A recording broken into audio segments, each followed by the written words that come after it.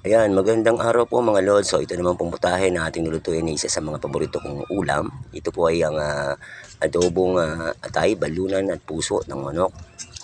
Itatabi lang po muna natin yung ating na-marinade na atay balunan at igigisa po natin ito sa bawang at sibuyas. So yung iba po nilalagyan po ito ng sili. Mas masarap po kasi pag maanghang.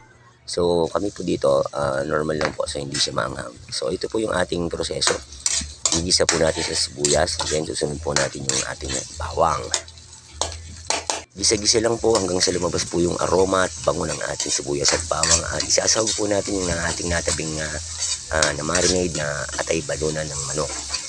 So ayun po, halu-haluin lang po natin ito. So hindi na po kailangan itong lagyan ng tubig dahil magtitubig po ito. So patutuyuin lang po natin ito ng konting-konti. So tapos titikman natin yung lasa ng contrast ng asim at ng alat ng ating niluto. So pag kulang po sa alat, lagyan po natin ng konting toyo.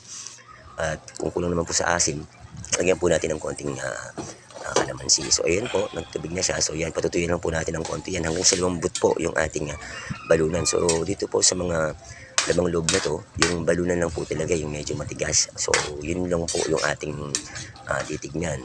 Kumpara sa atay po ay mas mabilis pong maluto yan. So halu-haluin lang po hanggang sa maluto na po yung ating balunan. Salamat po!